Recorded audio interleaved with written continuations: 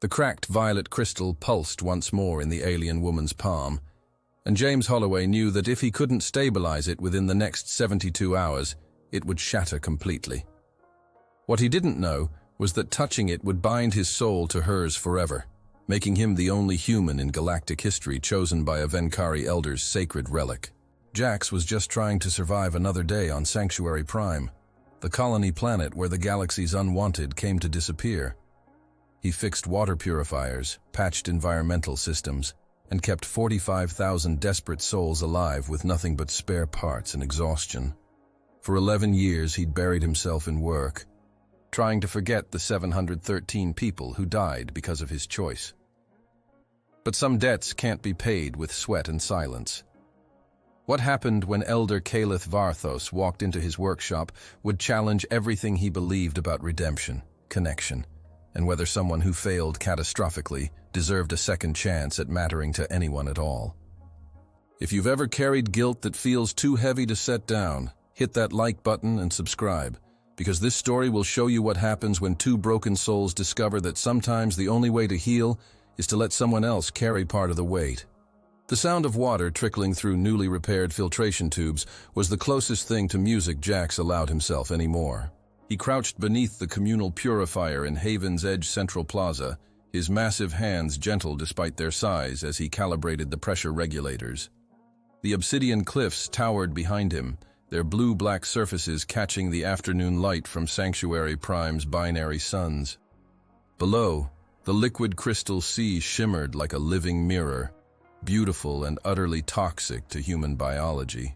11 years on this frontier world had taught Jax that beauty meant nothing if you couldn't drink the water or breathe the air without technology keeping you alive. Everything here required maintenance, constant vigilance, endless work, which suited him perfectly. Careful with the third valve, called Marcus Chen, a former mining engineer who'd arrived on Sanctuary Prime 5 years ago. Nobody asked why. That was the unspoken rule here. It's been temperamental since the last dust storm. Jax grunted acknowledgement, his fingers already adjusting the calibration before Marcus finished speaking. The 45-year-old engineer had developed an almost supernatural ability to diagnose mechanical problems. Some colonists whispered he could hear what broken things were saying. The truth was simpler and more painful. Jax couldn't afford to fail anymore. Every system he maintained was a life depending on him. 713 failures were enough for any lifetime. The burn scar on his neck itched, the way it always did when stress crept in. He resisted touching it. The puckered skin ran from just below his right ear down to his collarbone, a permanent reminder of the Meridian Hope's engine room, of superheated plasma venting, of trying to save just one more person before the whole system collapsed. "You've been under there for 3 hours," Marcus observed, lowering himself to sit on the plaza's worn permacrete. "The purifier's been running fine for the last 90 minutes. "Preventive maintenance?" Jax replied without emerging from beneath the machinery. His voice carried the rasp of someone who didn't speak much anymore. Easier to fix small problems than catastrophic ones.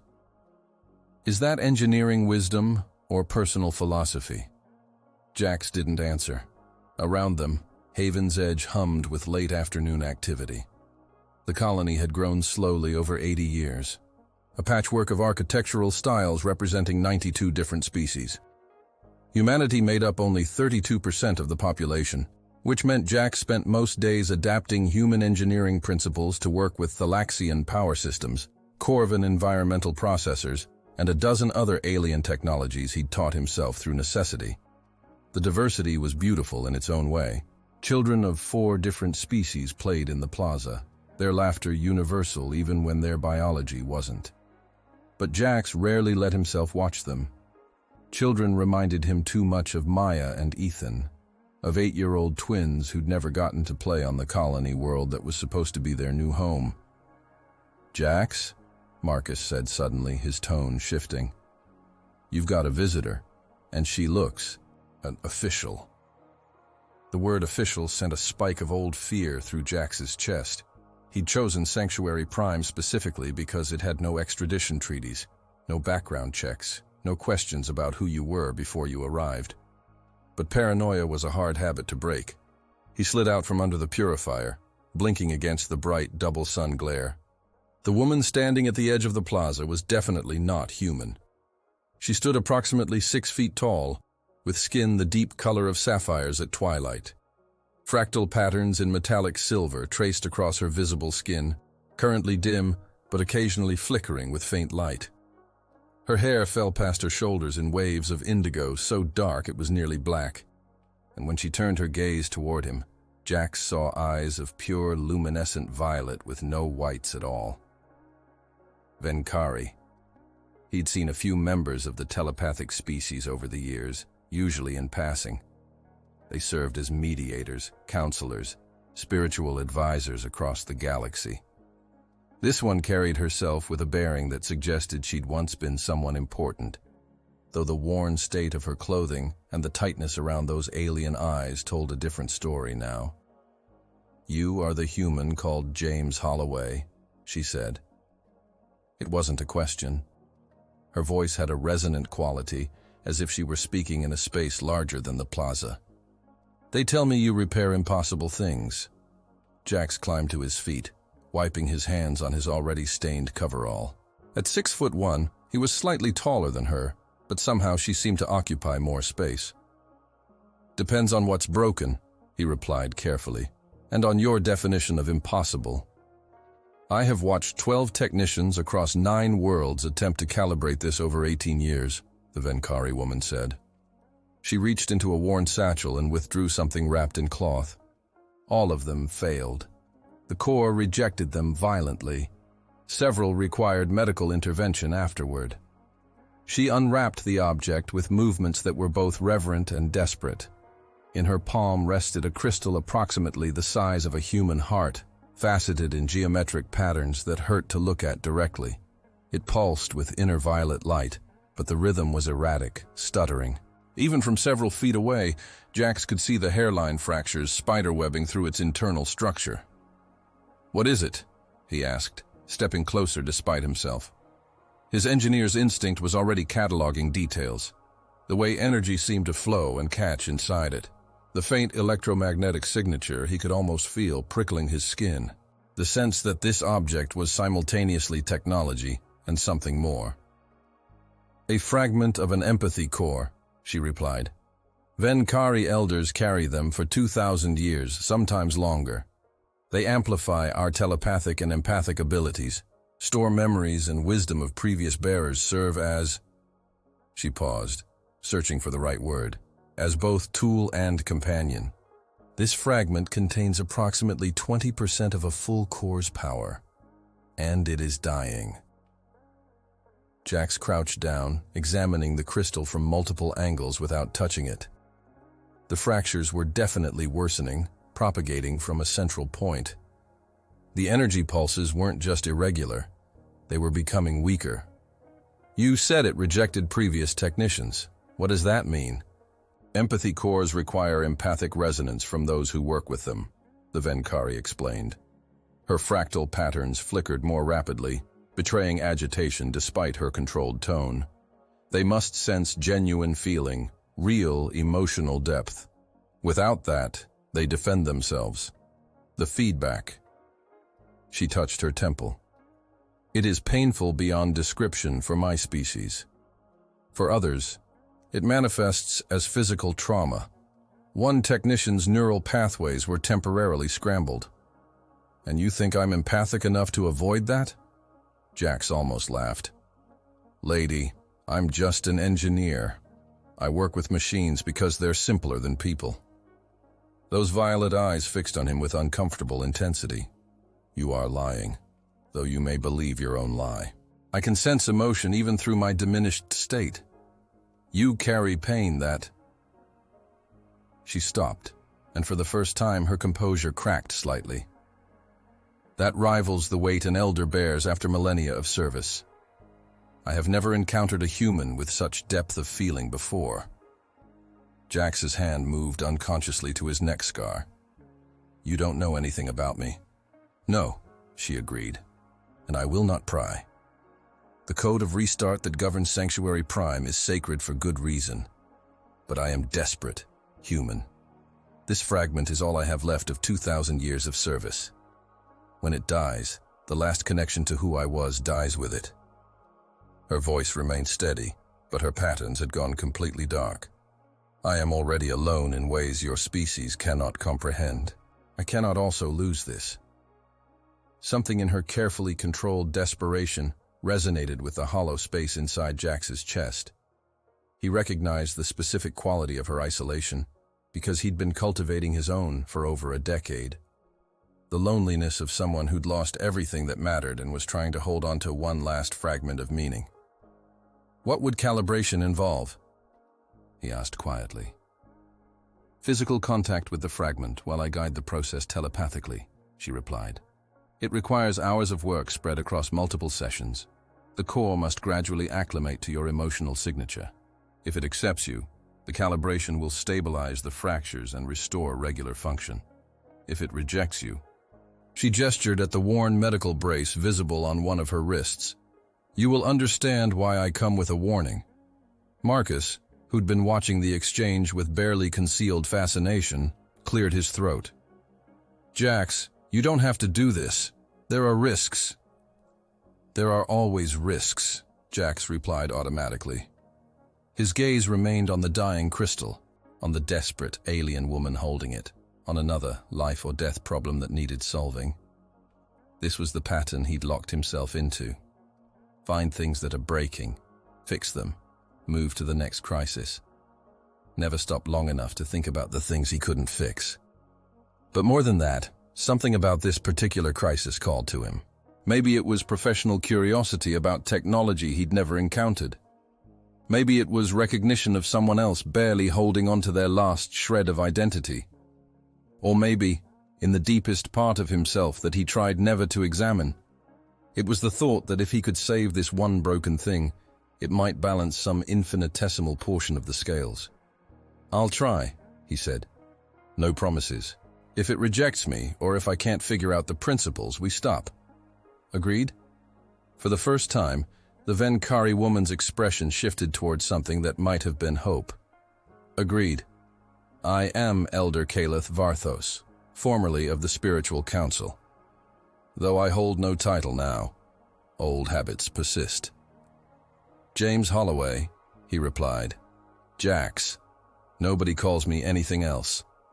Come to my workshop after sunset. I'll need better lighting and diagnostic equipment than I've got here.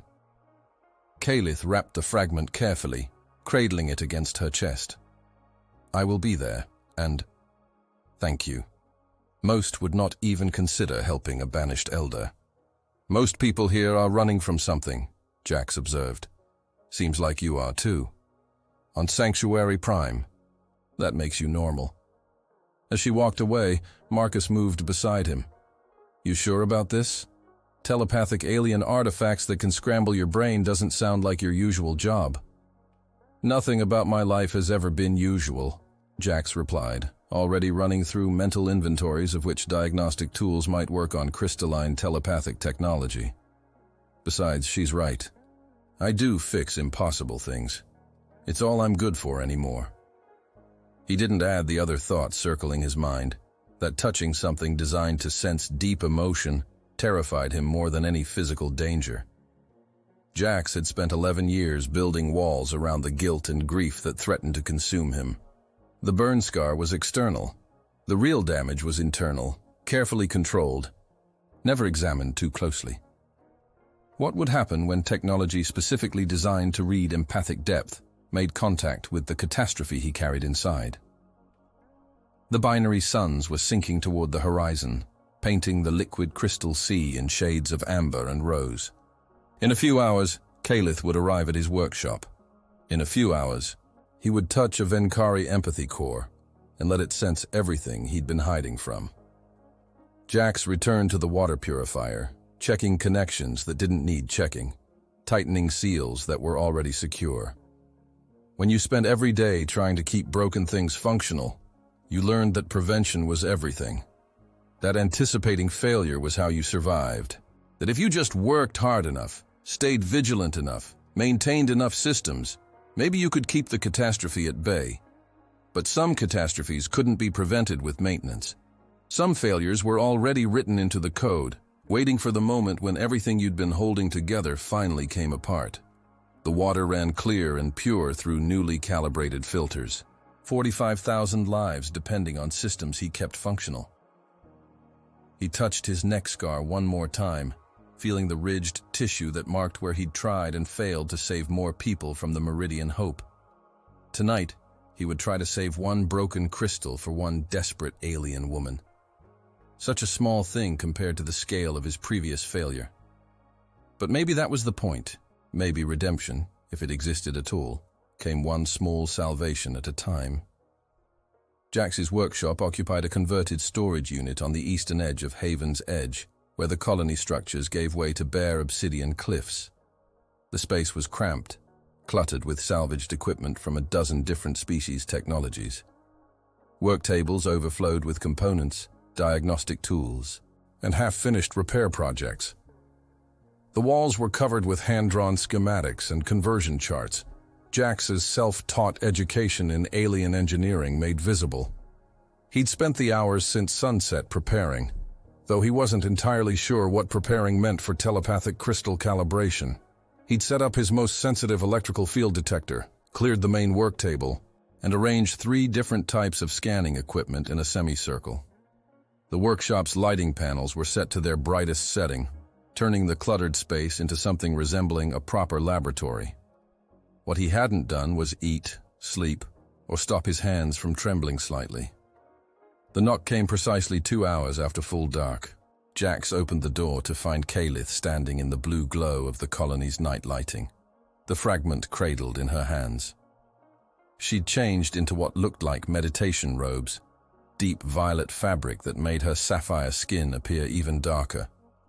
Her fractal patterns were glowing more steadily now, casting faint silver light. "Your workspace is..."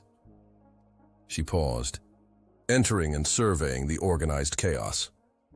"Eclectic. I work on 92 species technology with whatever parts I can salvage," Jax replied, closing the door. "Eclectic is generous. Most call it a disaster. Yet I see pattern in the apparent chaos." Kalith moved to the cleared work table. "You have organized by functional principle rather than origin species. Ingenious, in its way." Jax gestured to the table. "Show me what we're working with." She unwrapped the fragment fully for the first time. Under proper lighting, the empathy core was breathtaking. The violet crystal seemed to contain entire universes in its faceted depths, light moving through internal structures in patterns that suggested both technology and organic growth. The fractures were more extensive than he'd initially thought, running through approximately 40% of the crystal's internal matrix. "How long before it fails completely?" he asked, moving his electrical field detector closer. 3 days, Kalith replied quietly. "Perhaps 4. When the fractures reach the central nexus, the cascade will be instant and irreversible." Jax's detector was registering energy signatures unlike anything he'd encountered before. The crystal was simultaneously generating and absorbing electromagnetic fields, creating complex interference patterns. But there was something else too, something his instruments couldn't quite capture. A sense of presence, as if the object were somehow aware. "You said it requires empathic resonance," he said, setting the detector aside. "Walk me through the actual process." Kalith took a slow breath. "I will place the fragment on the table between us. You will place your hands on either side of it without touching initially. When you are ready, you will make physical contact.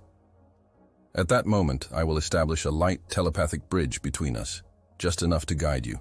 The core will sense your emotional signature. If it finds sufficient depth and genuine feeling, it will accept your touch and allow calibration. If not..." "Brain scrambling," Jax finished. "How long will I need to maintain contact?" "For the first session, no more than 5 minutes. We must introduce the core to your presence gradually. Over many sessions spanning several weeks, we will progressively deepen the calibration until the fractures stabilize." Jax pulled up a stool on one side of the work table. His heartbeat was accelerating, palms starting to sweat. When was the last time he'd been this nervous? Probably the inquiry hearing after the Meridian Hope disaster, when he'd had to explain to 700 families why their loved ones were dead. Kalith positioned herself across from him, placing the fragment carefully between them. This close, Jax could see the minute variations in her fractal patterns, the way they pulsed in rhythm with her breathing. She was nervous too, he realized. Possibly more nervous than him, given what she stood to lose. "Place your hands," she instructed. He positioned his large hands on either side of the crystal, hovering just above the table's surface. The presence sensation intensified. He could almost feel the fragment waiting, evaluating. "Before we begin," Kalith said, her violet eyes meeting his directly, "you should know that the core will sense your deepest emotions. Not thoughts or memories specifically, but the weight and quality of what you carry inside. I will sense it too, through the connection. If you have secrets you wish to keep, this may not be possible." "I don't have secrets," Jax replied. "I have things I don't talk about." "There's a difference." "Is there?" She tilted her head slightly, patterns flickering. "Very well. When you're ready, touch the crystal. I will establish the bridge. Try to remain calm and open. The core responds to authenticity, not control." Calm and open. Two states Jax hadn't experienced in over a decade. His entire existence was built on control, on carefully managing the guilt and grief so it didn't overwhelm him completely. But he'd agreed to try. And 713 dead people had taught him that you couldn't go back once the system failed. He lowered his hands until his palms made contact with the crystal's faceted surface. The sensation was immediate and overwhelming.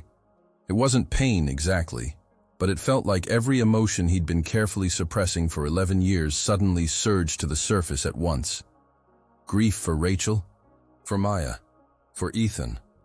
Crushing guilt for the 710 other people whose names he'd memorized, whose faces haunted his nightmares. The exhaustion of carrying that weight every single day while pretending to be functional. The hollow loneliness of never letting anyone close enough to see the damage. But underneath all of that, buried so deep he'd almost forgotten it existed, was something else. Compassion. The core reason he'd chosen to risk everything trying to save all 840 colonists instead of accepting the deaths of 240. The fundamental belief that every life mattered, that every person deserved someone fighting for them, that he would rather die trying to save everyone than live knowing he'd chosen to let some die. That compassion was why he'd failed. And it was also why he worked himself to exhaustion on Sanctuary Prime, fixing water purifiers and life support systems for strangers, unable to stop trying to save people even though it had destroyed him once before. Through the crystal, he sensed Kalith's presence joining his. Her consciousness was vast in a way human minds weren't, shaped by over 2,000 years of existence and telepathic connection to billions of other minds. But she was also profoundly alone, cut off from the collective consciousness she'd known since birth, carrying the weight of controversial choices and banishment from everything she'd loved. She'd violated sacred laws to force warring leaders to feel the pain they were causing, and she'd do it again because millions of lives mattered more than her position. Exactly the kind of impossible choice Jax understood intimately. The empathy core drank in their combined emotional signatures, processing, evaluating. Jax felt it examining the texture of his guilt, the depth of his grief, the stubborn persistence of his compassion despite everything. It was like being seen completely, every defense stripped away, every carefully maintained wall rendered transparent.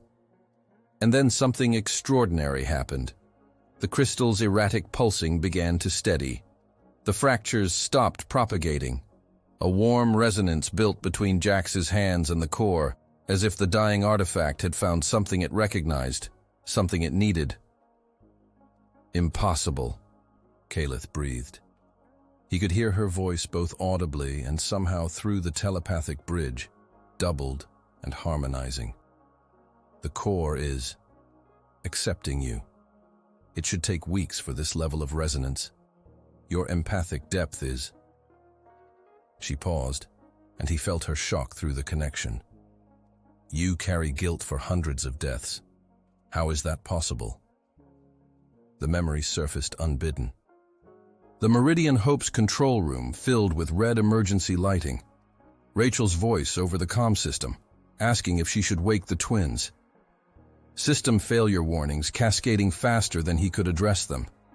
The impossible choice: divert power to guarantee 600 survivors, or risk everything trying to save all 840. He'd chosen to risk everything. The power diversion had failed catastrophically. Life support had collapsed completely within minutes, instead of degrading gradually over hours. 127 survivors instead of 600, 713 dead, including his wife and children. I tried to save them, Jax heard himself say out loud, though he wasn't sure if he was speaking to Calith or the crystal or himself. I tried to save everyone. I failed. So you came to a world of exiles and spend every day trying to save everyone you encounter. Calith replied, understanding blooming through the connection. Redemption through exhaustion, penitence through service. You are trying to balance 713 deaths, one saved life at a time. It's not enough, Jax said. The words were torn from somewhere deep. It will never be enough, but it's all I can do. The empathy core pulsed brighter, its rhythm now almost completely regular. Through the telepathic bridge, Jax felt the artifact's response. Not words, but meaning translated into something his human consciousness could process. Recognition, kinship, understanding. The core had been carried by elders who'd spent millennia making impossible choices, bearing the weight of civilizations, sacrificing personal happiness for greater good. It recognized that same quality in Jax, that same willingness to carry unbearable weight because someone had to. The specific circumstances differed, but the emotional architecture was identical. The binding is forming, Calith said, wonder coloring her voice. Jax, the core is creating a resonance bond with you. This should not be possible. Empathy cores bond exclusively with their designated elder. They are monogamous to user. But it is responding to you as if you were. She stopped. Through the connection, Jax felt her alarm spike. The crystal flared suddenly brighter. The warmth between his palms intensified. And then a presence unfurled in his mind, vast and ancient and somehow gentle. Not Calith's consciousness, but something older. The collective awareness of generations of Venkari elders whose experiences were stored within the fragment. A voice that was not a voice resonated through Jax's awareness. Secondary compatible bearer identified. Empathic resonance exceeds minimum threshold by significant margin. Initiate secondary bonding sequence? No, Calith said sharply, both aloud and telepathically. Terminate secondary bonding. Core. This was calibration only. But the presence didn't withdraw. Secondary bearer carries exceptional empathic depth, trauma-forged compassion, fundamental understanding of impossible choice and persistent sacrifice. Compatibility rating, 94.7%. This exceeds primary bearer's initial compatibility rating. That's not relevant, Calith insisted. Jax felt her panic through the bridge. He is not Venkari. He is human. Bonding is inappropriate. Species restriction is cultural construct, not functional requirement. The presence replied calmly. Empathic capacity is universal. This bearer is suitable. The warmth was spreading up Jax's arms now. A tingling sensation that wasn't unpleasant, but was definitely alarming. Calith, what's happening? The core is attempting to bond with you as a secondary bearer, she replied, her fractal patterns flashing rapidly. It should not be possible, but the core operates on its own logic. If the bonding completes, you will be permanently linked to the fragment. You will be able to access its power. And... Her voice went quiet. And it will refuse to function for anyone else except you and me. Break the connection, Jax said immediately. This had gone far beyond simple calibration. I cannot break what the core has chosen, Kalith replied. Only the core itself can terminate bonding, and it seems determined to... She gasped, violet eyes widening. The primary bonding pathway.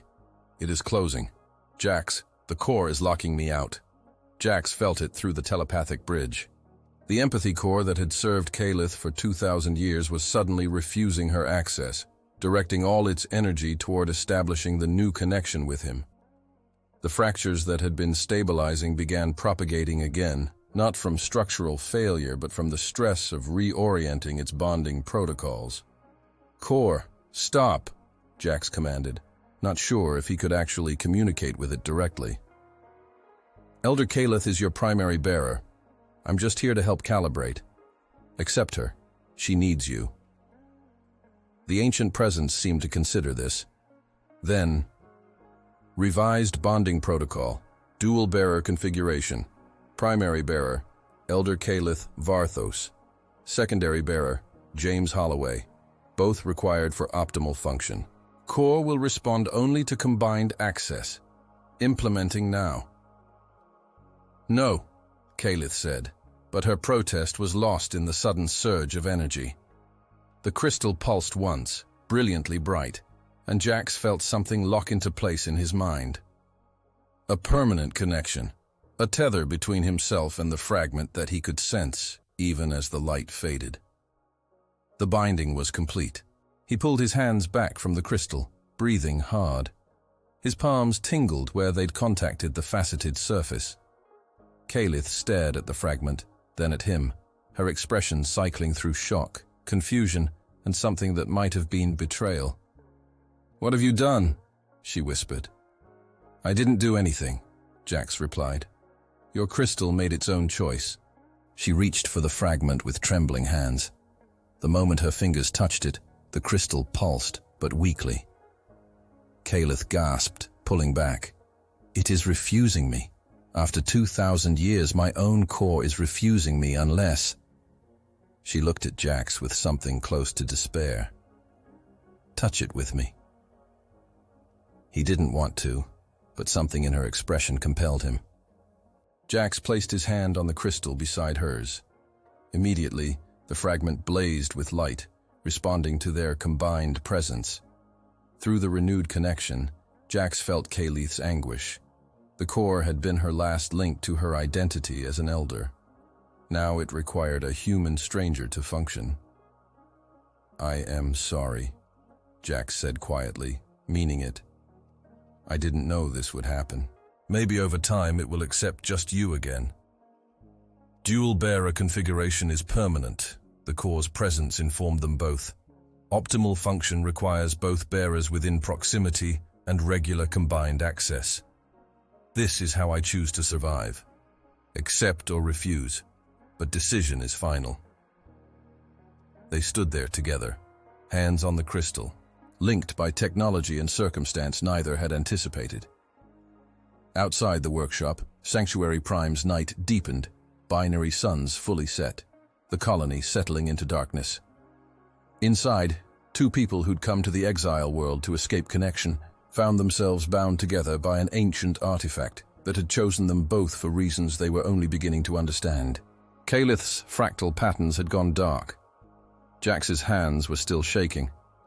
And between them, the empathy core pulsed with steady, regular rhythm for the first time in 18 years, satisfied with its impossible choice. Sometimes salvation comes with unexpected costs. Sometimes healing requires accepting help you never wanted. And sometimes the universe forces connection on people who've spent years building walls specifically to keep everyone out. 3 days passed before Jax saw Kalith again. 3 days during which he could feel the empathy core's presence constantly, a background awareness in his mind that he couldn't shake. It wasn't invasive exactly, more like knowing someone was in the next room even when you couldn't see them. Except the someone was an ancient telepathic artifact that had decided he was important enough to bond with permanently. He threw himself into work with even more intensity than usual, trying to ignore the new presence. A malfunction in the colony's Eastern environmental processor required 16 hours of continuous repair.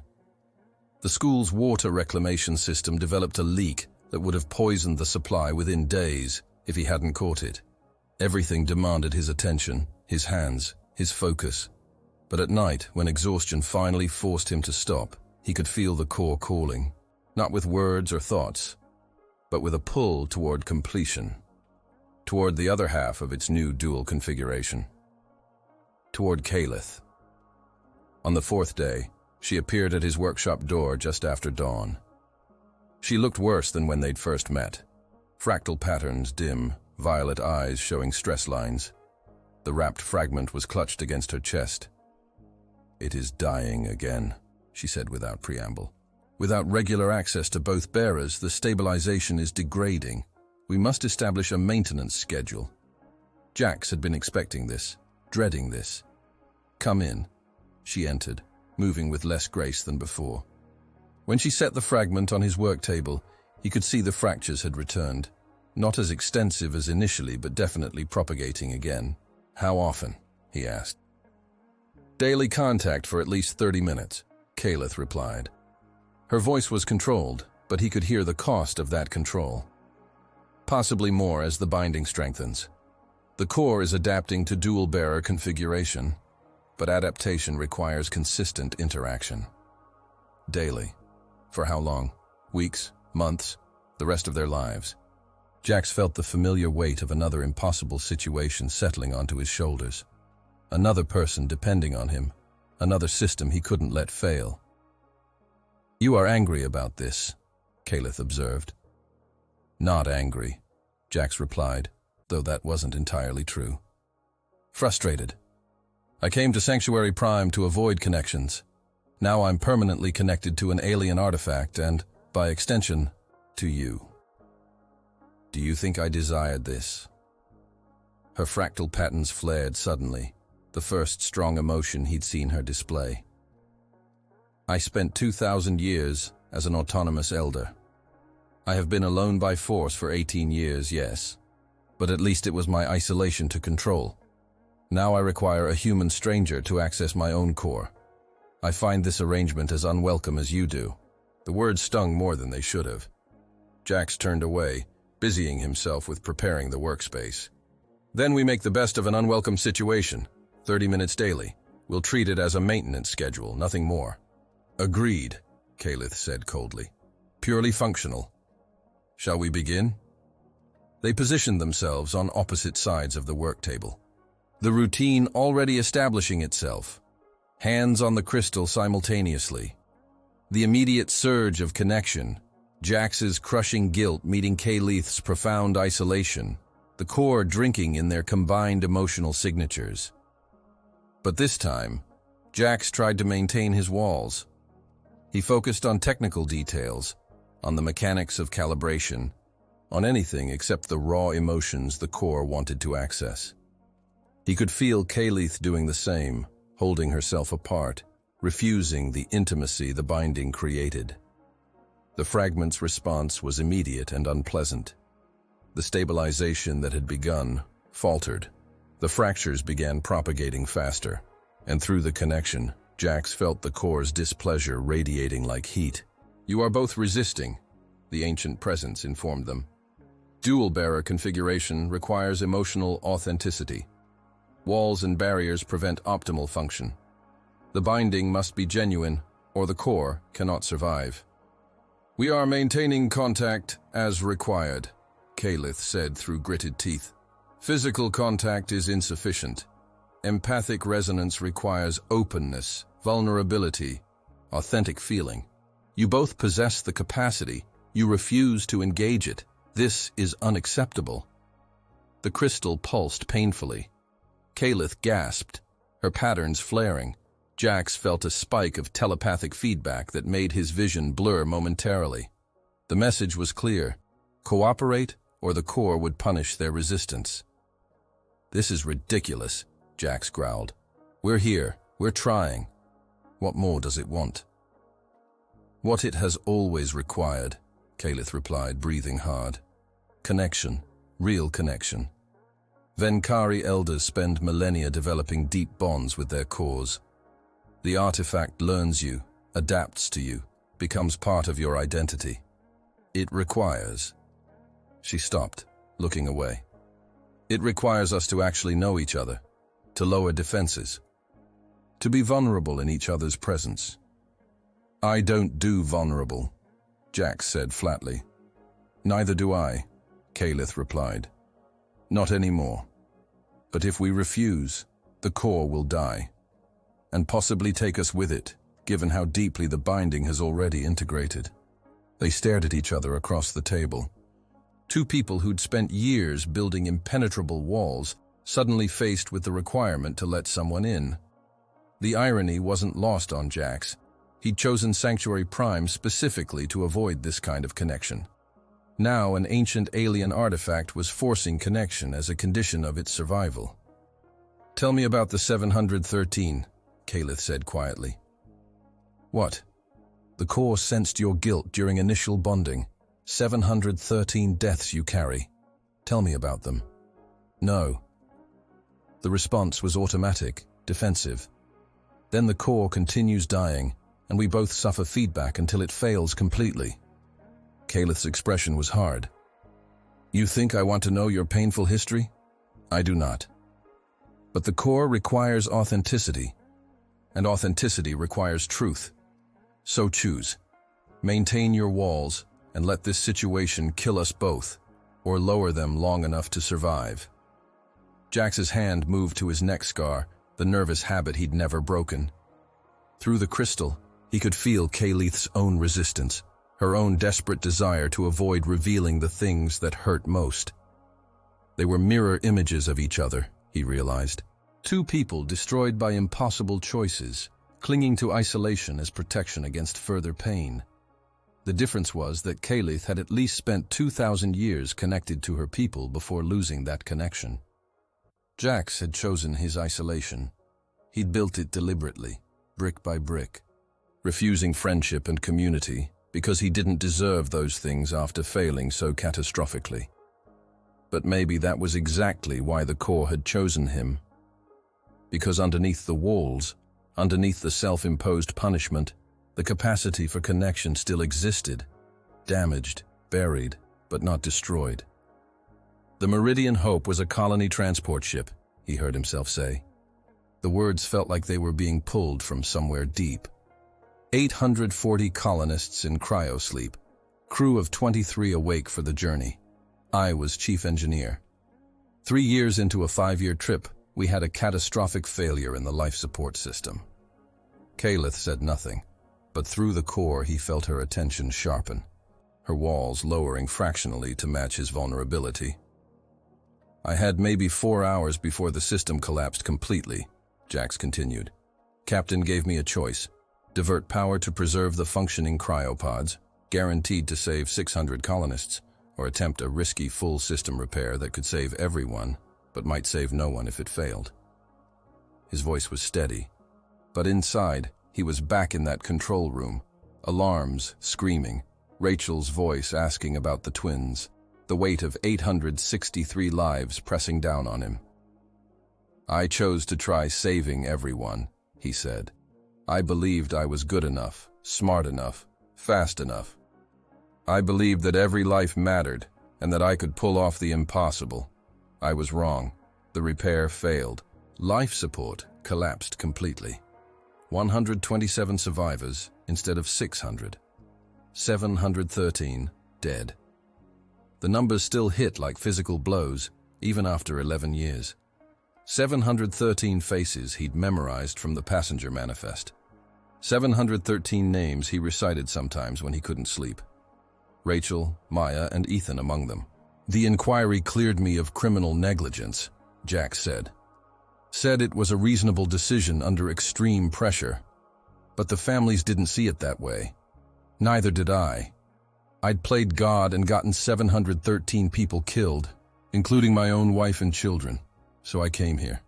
I work until I collapse. I fix everything I can reach. And I never let anyone close enough to depend on me for anything except repairs. He stopped, breathing hard. His hand was pressing hard against his neck scar, feeling the ridged tissue where superheated plasma had burned him as he tried desperately to save 3 more people from the collapsing life support section. Through the core, he felt Kaleth's response. Not pity, which he would have rejected violently, but recognition, understanding of impossible choices and their unbearable consequences. I mediated a conflict between the Thalarian Unity and the Corvex Collective, she said quietly, her turn to offer vulnerability. 18 years ago, they had been at war for 43 years. Millions dead on both sides, billions suffering. The Venkari Council sent me as elder mediator because I had 2,000 years of experience negotiating peace. Her fractal patterns pulsed slowly, rhythmically, in what Jax was beginning to recognize as a sign of deep emotion being carefully controlled. I spent 6 months facilitating talks, Kaleth continued. Made no progress. Both leaders were entrenched, more committed to victory than peace. Civilians continued dying while politicians postured, so I made a choice. During the final negotiation session, I used my full elder abilities to force both leaders to experience the grief, pain, and trauma their war was causing. I made them feel every civilian death, every family destroyed, every life shattered. You violated the Venkari Code, Jax said, understanding dawning. Profoundly, she confirmed. Never impose emotion, never force experience, only guide, counsel, suggest. What I did was considered telepathic assault by the Council. But both leaders signed the peace accord within hours. The war ended immediately. Millions of lives were saved, and you were banished. Stripped of position, severed from the collective, banned from Venkari space permanently. Her voice remained controlled, but through the core, Jax felt the howling void that loss had created. For my species, connection to the collective is like breathing for yours. To be cut off, to exist in complete telepathic silence. She stopped. I would do it again. Those millions of lives mattered more than my comfort or position. But the cost was everything I was. They stood together, hands on the crystal, sharing the weight of impossible choices and their consequences. Jax realized he was crying silently, tears tracking down his face for the first time in years. Kaleth's patterns were pulsing rapidly, her equivalent of tears. The empathy core blazed with sudden brilliant light. The fractures stopped propagating, began healing, the crystalline structure reorganizing itself. Through the connection, Jax felt the artifact's satisfaction. This was what it needed. Not just physical presence, but genuine vulnerability, authentic sharing of the deepest pains and hardest truths. We are both punishing ourselves, Kaleth said softly. You through isolation and exhaustion, me through clinging to a title that no longer exists, and a connection that was stolen. We are both trying to be martyrs for choices that saved lives, even as they destroyed us. Is there another option? Jax asked. I do not know, she admitted. But perhaps we can discover one together, since the core has apparently decided we must. The binding deepened, solidified. Jax could feel it integrating more completely. The connection between himself, Kaleth, and the fragment becoming permanent and inextricable. They would be linked now, daily contact required, vulnerabilities shared, walls gradually dismantled by an ancient artifact that valued authentic connection above all else. It was terrifying. It was unwelcome. And somewhere in the deepest part of himself, Jax recognized it might also be exactly what he needed, even if he'd never wanted it. Same time tomorrow? He asked. Yes, Kaleth agreed. And thank you for sharing your truth. It helped more than you might understand. After she left, Jax sat alone with the lingering presence of the core's awareness. He told someone about the Meridian Hope, actually told the whole story. Not the abbreviated version he'd given the inquiry board. And he hadn't been destroyed by the telling. Maybe that was the other impossible thing the core was teaching them. That vulnerability didn't have to mean destruction. That sharing weight could lighten it instead of doubling it. That connection, even forced connection, could be salvation instead of prison. Outside his workshop, Sanctuary Prime's dawn was breaking, binary suns rising over the liquid crystal sea. Jax had work to do, systems to maintain, lives depending on his constant vigilance. But for the first time in 11 years, he wasn't facing that work completely alone. The core pulsed gently in his awareness, a steady presence that felt less like a burden and more like possibility.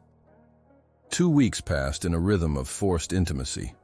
Every morning, Kalith arrived at Jax's workshop. They would spend 30 minutes with hands on the fragment, walls gradually lowering, sharing pieces of themselves they'd both sworn never to reveal. The core demanded authenticity, and they learned to provide it, however reluctantly. Jax discovered that Kalith had spent her first century as an elder, specializing in grief counseling, helping individuals and communities process loss. The irony of her current isolation wasn't lost on either of them. She learned that Jax had dreamed of teaching engineering to the next generation before the disaster, but now avoided children completely because they reminded him too much of Maya and Ethan. The core thrived on their shared vulnerabilities, healing completely within the first week. But something else was happening too. The boundaries between them were blurring. Through the binding, Jax began sensing Kalith's emotions, even when they weren't in direct contact with the fragment, the weight of her loneliness, her fierce pride that masked deep shame, her desperate hope that somehow the banishment might someday be reversed, even though she knew it was impossible. And she sensed his patterns too, his compulsive need to fix things as penance, the way he deliberately worked until physical exhaustion made thinking impossible, how he unconsciously touched his neck scar whenever he felt he'd failed at something, reinforcing his internal narrative of inadequacy. "This is becoming more than calibration," Kalith observed one morning, 15 days into their schedule. "The binding is developing beyond the core's requirements. We are bleeding into each other." "I know," Jax replied. Through their joined contact with the crystal, he could feel her discomfort with that reality. It mirrored his own. "Can we limit it?" "The core's presence informed me last night that this is natural progression for dual bearers," she said. "We are becoming something similar to a telepathic pair bond, though not as complete as what occurs between Venkari. Sufficient proximity will allow low-level empathic sensing indefinitely." "How low-level?" "Within approximately 50 meters, we will always know each other's emotional state. Strong feelings will be clear at even greater distances."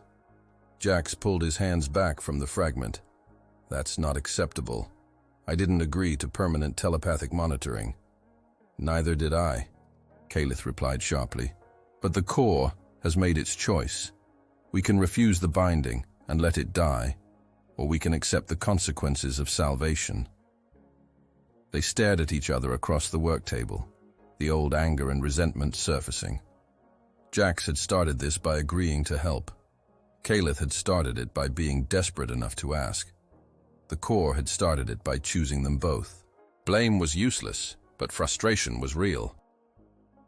"There is another concern," Kalith said, her patterns dimming. "The Venkari Council monitors all empathy cores. They have detection systems designed to locate stolen or lost fragments. I have evaded detection for 18 years by keeping the core dormant, barely functional. But now that it is fully active again, broadcasting its signature at full strength." She met his eyes.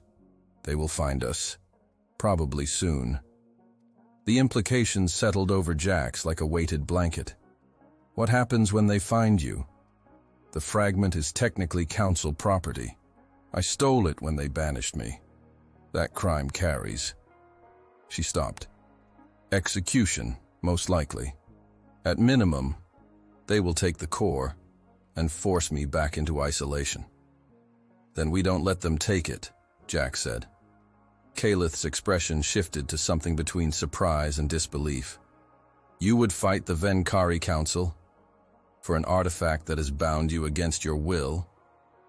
I would fight for someone who doesn't deserve execution for saving millions of lives, Jax corrected. There's a difference. Besides, the core chose us both. If they take it, what happens to the binding? Likely severe psychological trauma for both of us, possibly permanent damage. She looked away. But that is not your burden to bear. This is my consequence, Jax. You should distance yourself before they arrive. I'm not walking away from someone who needs help, he replied. I've done enough walking away for one lifetime. Before Kaleth could respond, the workshop's proximity alert chimed. Jax glanced at the security panel, his stomach dropping. 3 figures in formal robes were approaching through Haven's Edge Central Plaza, moving with the distinctive glide of Venkari. Their fractal patterns blazed brilliant silver even in the morning light, marking them as active telepaths of significant power. They are here, Kaleth whispered. Through the core's connection, Jax felt her terror spike, quickly suppressed beneath layers of elder dignity. Enforcers, the Council sends them for retrieval operations. Can you shield yourself telepathically? Against 3 enforcers? No. They will sense the core immediately if they have not already. And they will sense you as well, once they realize the binding configuration. Jack stood, his mind racing through possibilities the way it had in crisis situations aboard the Meridian Hope. Limited options, high stakes, no perfect solutions, just choices and their consequences. Let me talk to them first, he said. They will not negotiate with... Let me try. He met her violet eyes steadily. You took a risk violating protocol to save millions. Maybe I can take a risk for you. Before she could protest, Jax left the workshop and walked toward the approaching enforcers. Up close, they were intimidating in their formal bearing. The lead figure was male, taller than Kaleth, with fractal patterns that moved across his skin in hypnotic waves. His eyes fixed on Jax with the kind of focus that suggested he was reading far more than visual information. Human, the enforcer said, his voice carrying harmonics that made Jax's teeth ache. You are James Holloway, bonded to stolen council property. Where is the criminal Kaleth Varthos? Define criminal, Jax replied, keeping his voice level. Because from where I stand, the only crime she committed was caring too much about innocent lives. The enforcer's patterns flashed with something that might have been irritation. She violated sacred law. She stole council property. She has evaded justice for 18 years. These are not matters open to debate with lesser species. Lesser species. The casual dismissal hit harder than it should have. Jax had spent 11 years on Sanctuary Prime working with 92 different species, learning their technologies, adapting and innovating. He'd developed profound respect for the diversity of intelligence across the galaxy. But he'd also encountered this attitude before, the assumption that humans were somehow inferior, less capable, less worthy of consideration. The empathy core disagrees with your assessment, Jax said carefully. It chose me as secondary bearer. 94.7% compatibility, I'm told. How many Venkari achieve that rating? The 3 enforcers exchanged glances. The leader stepped closer, his patterns pulsing as he apparently scanned Jax telepathically. His expression shifted from dismissiveness to shock. Impossible, he breathed. You carry guilt weight equivalent to... How many deaths do you bear responsibility for? 713, Jax replied. I made an impossible choice under impossible circumstances, just like Kaleth did. The difference is, nobody executed me for trying to save everyone. Your situation is not comparable, the enforcer insisted, but his tone had lost some certainty. Elder Varthos violated fundamental principles of Venkari telepathy. She imposed emotion against consent. This is considered assault by our people. And what do you call letting millions of people die when you have the power to stop it? Jax countered. She chose compassion over rules. She chose action over purity. Maybe that makes her a criminal by your laws, but by human standards, it makes her a hero. Human standards are irrelevant in Venkari justice, the enforcer replied coldly. Surrender the fragment and Elder Varthos, or we will take them by force. Jax felt Kalith's presence before he saw her. She emerged from the workshop, carrying the fragment unwrapped in her hands. The crystal blazed with violet light, fully active, fully bonded. She walked with the bearing of someone who'd been an elder for 2,000 years, despite her exile. I am here, Enforcer Talvin, she said, addressing the leader directly. No need for threats against the human. He is innocent in this matter. He is bonded to stolen property, Talvin replied. That makes him complicit. The Corps chose him, Kalith countered. Bonding was not his decision. Punish me if you must, but leave him alone. Through their connection, Jax felt Kalith preparing to surrender, to accept execution or imprisonment as the price for 18 years of stolen freedom. He felt her resignation, her quiet grief, her determination to at least spare him from consequences, and something inside him snapped. Not into anger, but into crystalline clarity. For 11 years, he'd carried the weight of 713 deaths because he'd tried to save everyone and failed. He'd punished himself through isolation and exhaustion, believing he deserved nothing except endless penance. But Kalith had helped him see something different over these 2 weeks of forced connection.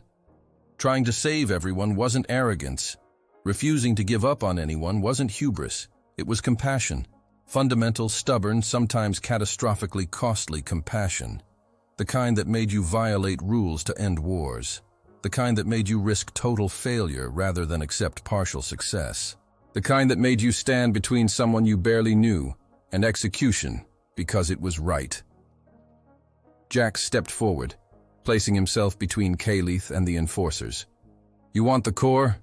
Go ahead and take it. Talvin extended his hand. The moment his fingers touched the fragment, the crystal reacted violently.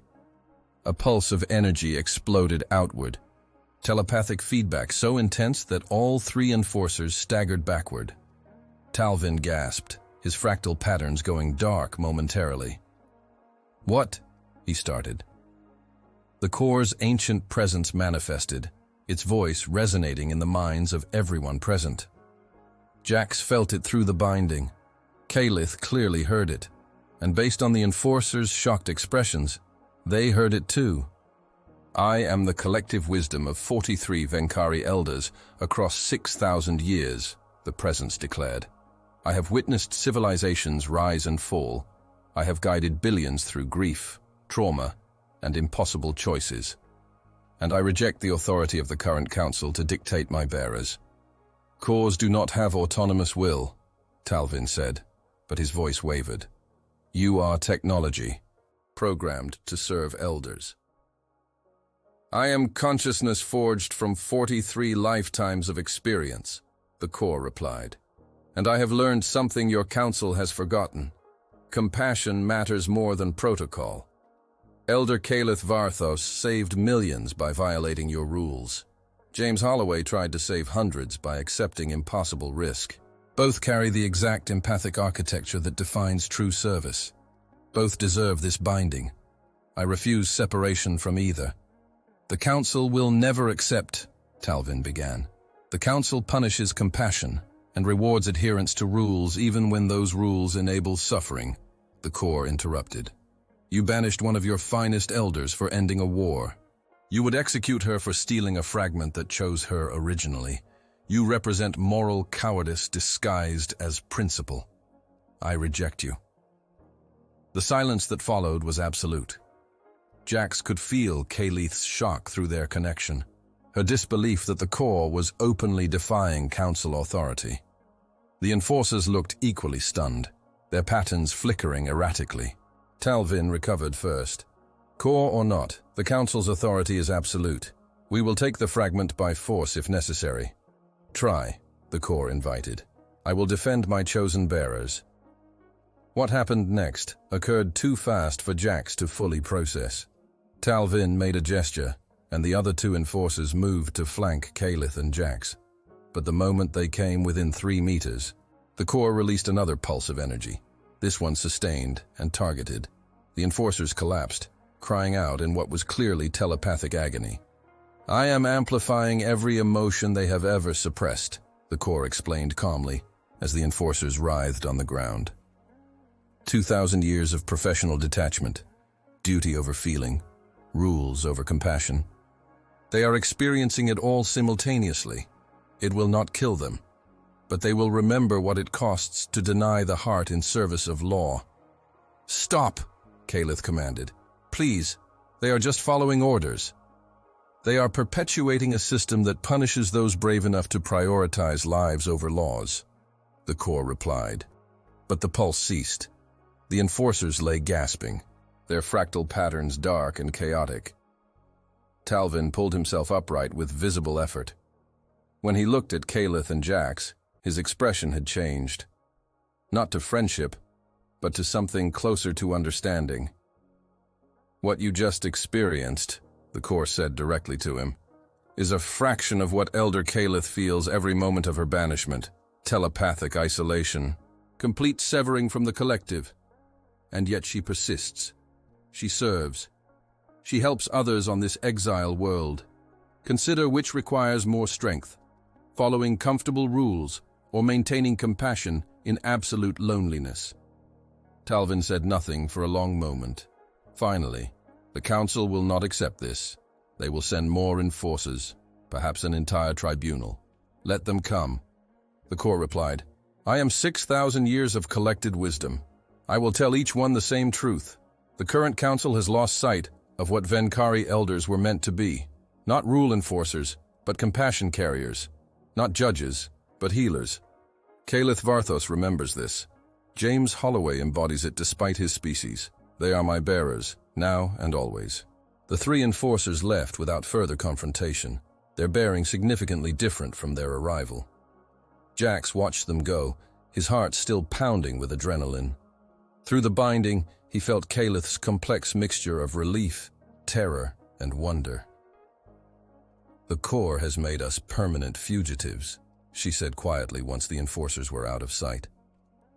"The Council will never stop pursuing us now, and they will send more, better prepared next time."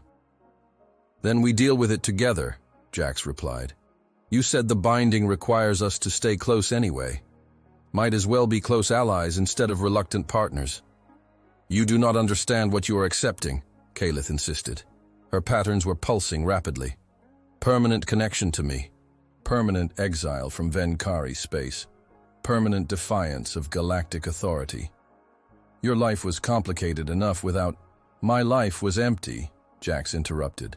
"I was existing, not living, working until I collapsed, refusing connection, punishing myself for a tragedy I couldn't prevent. Maybe the core didn't trap us. Maybe it saved us. From ourselves." Kaleth stared at him, violet eyes wide.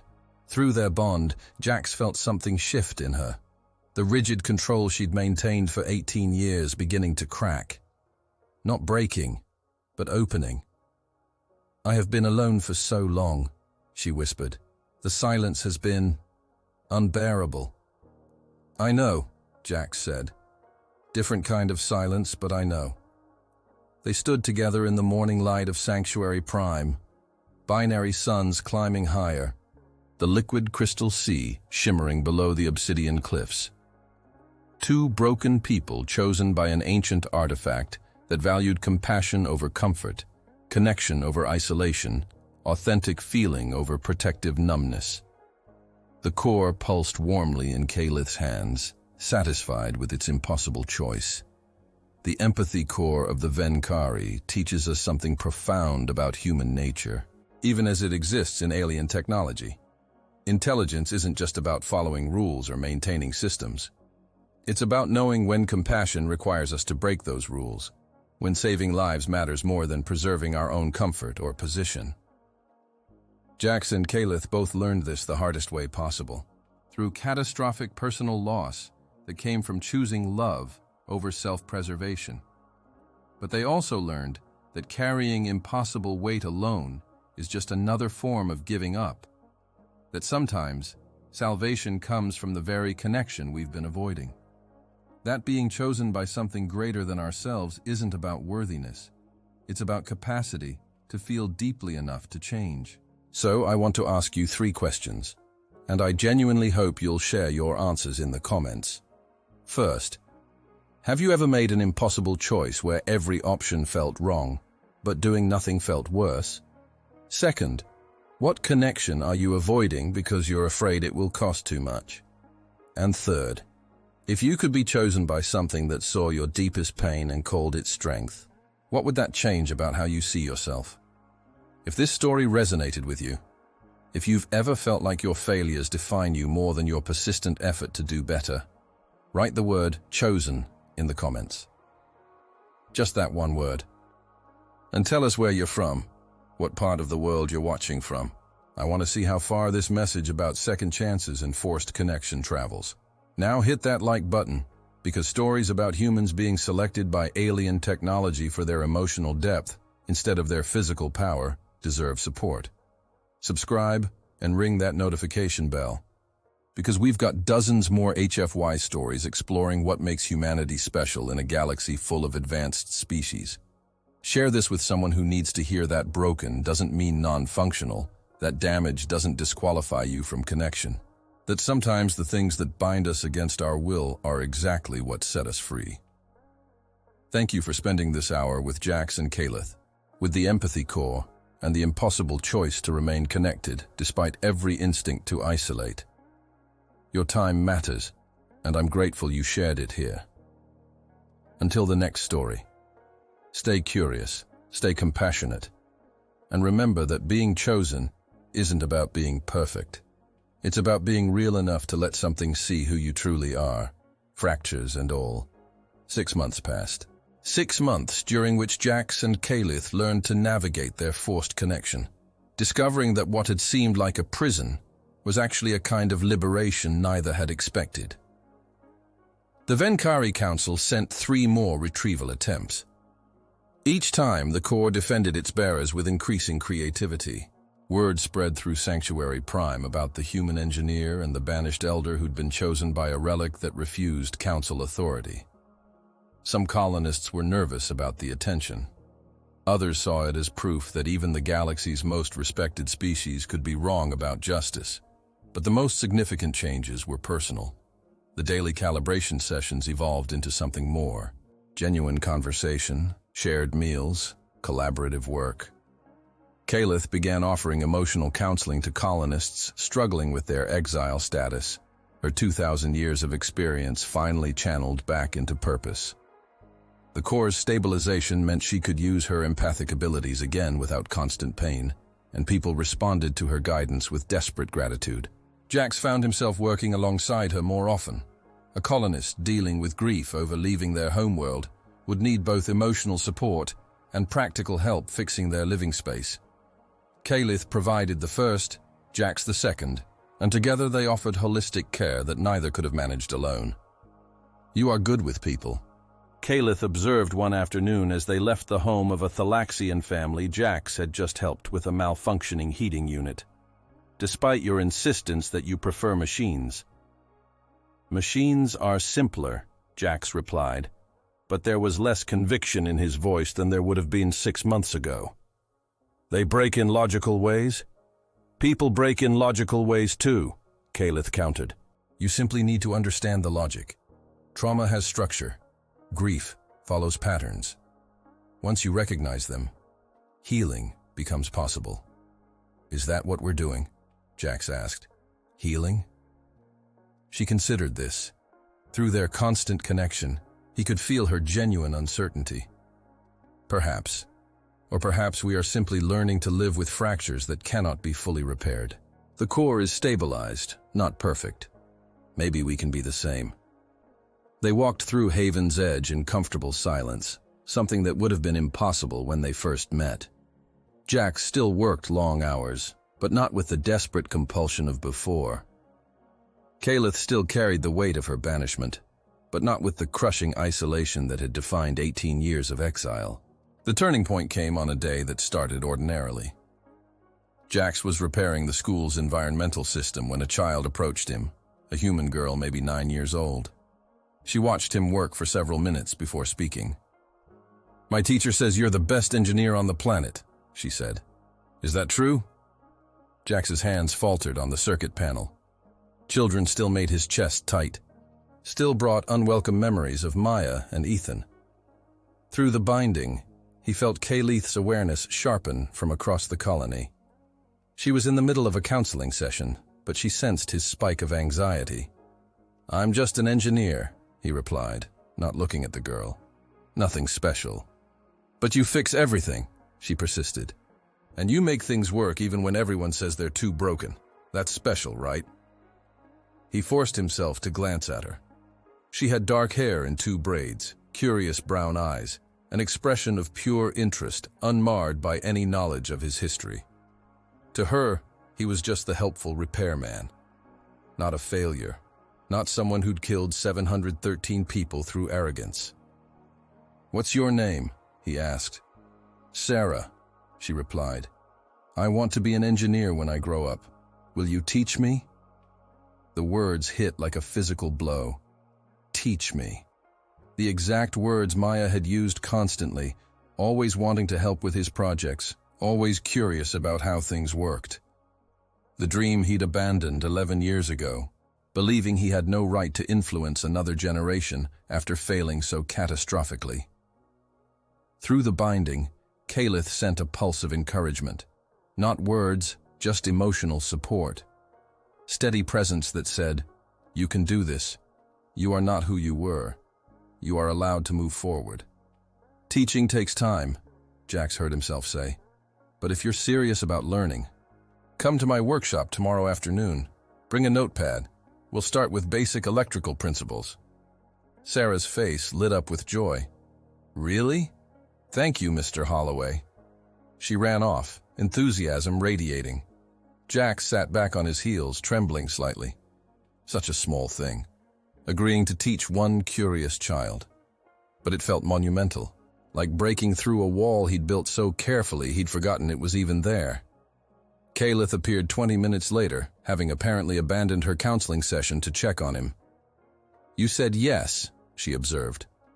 "I said yes," Jax confirmed. "Was that wrong?" "It was exactly right," she replied, settling beside him. Her fractal patterns were glowing warmly.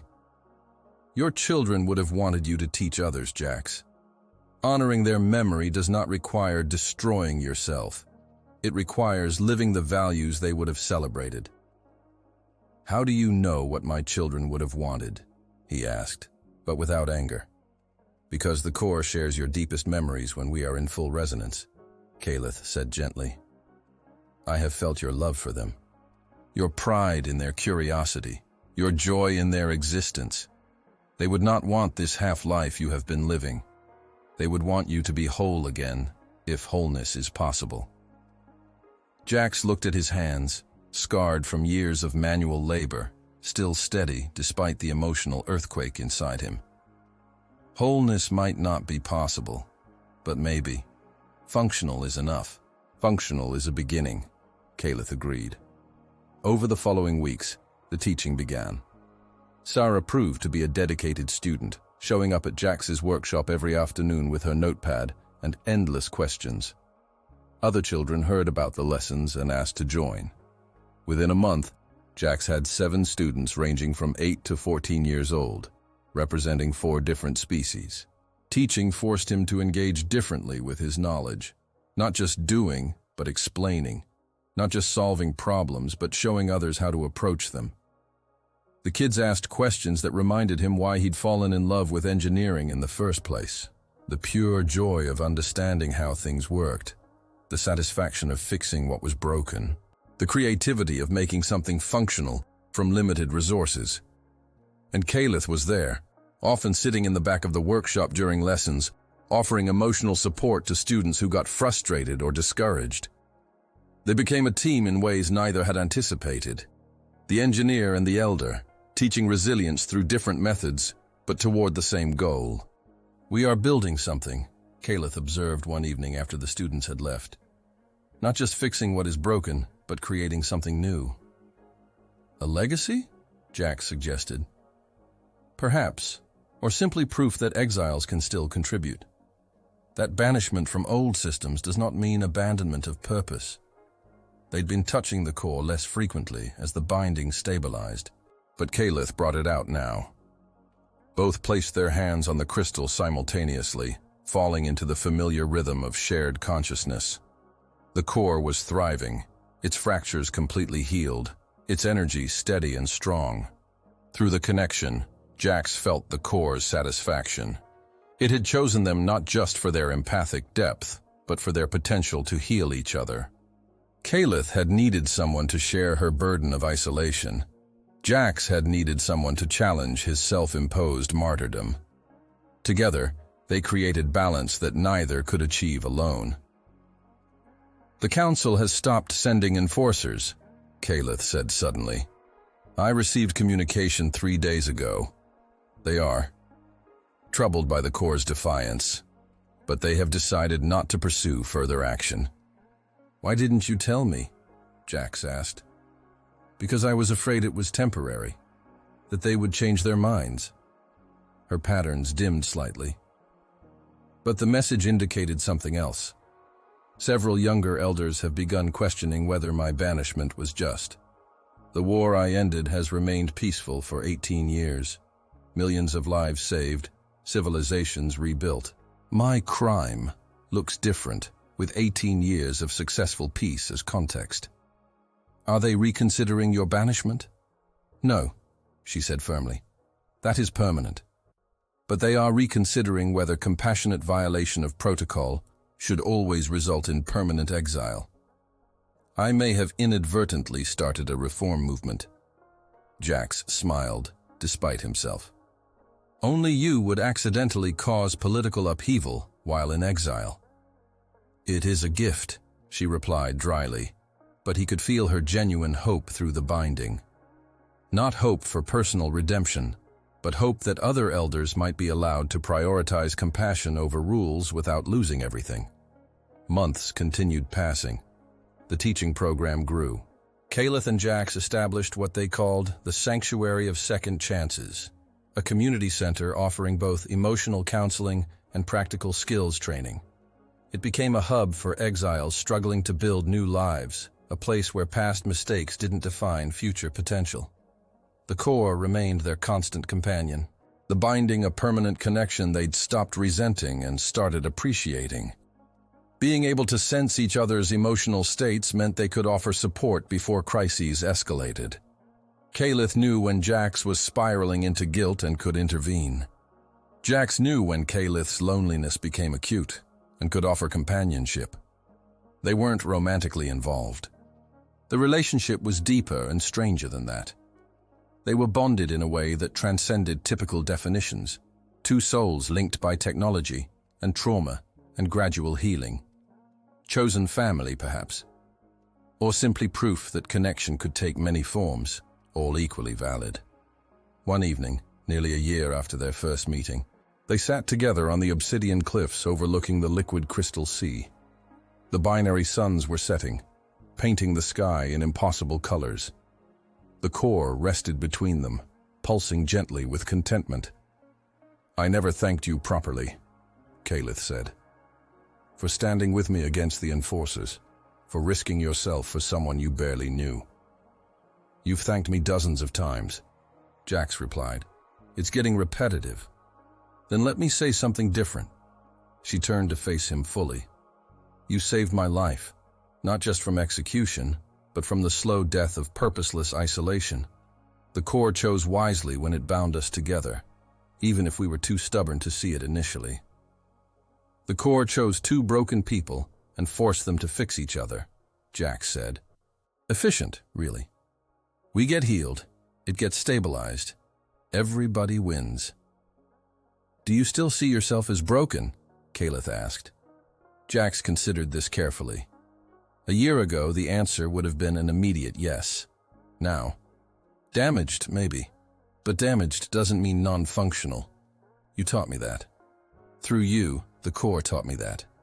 And you taught me that elders do not need titles or official positions to serve. That compassion is a choice, not a role. That isolation is not wisdom, merely cowardice disguised as dignity.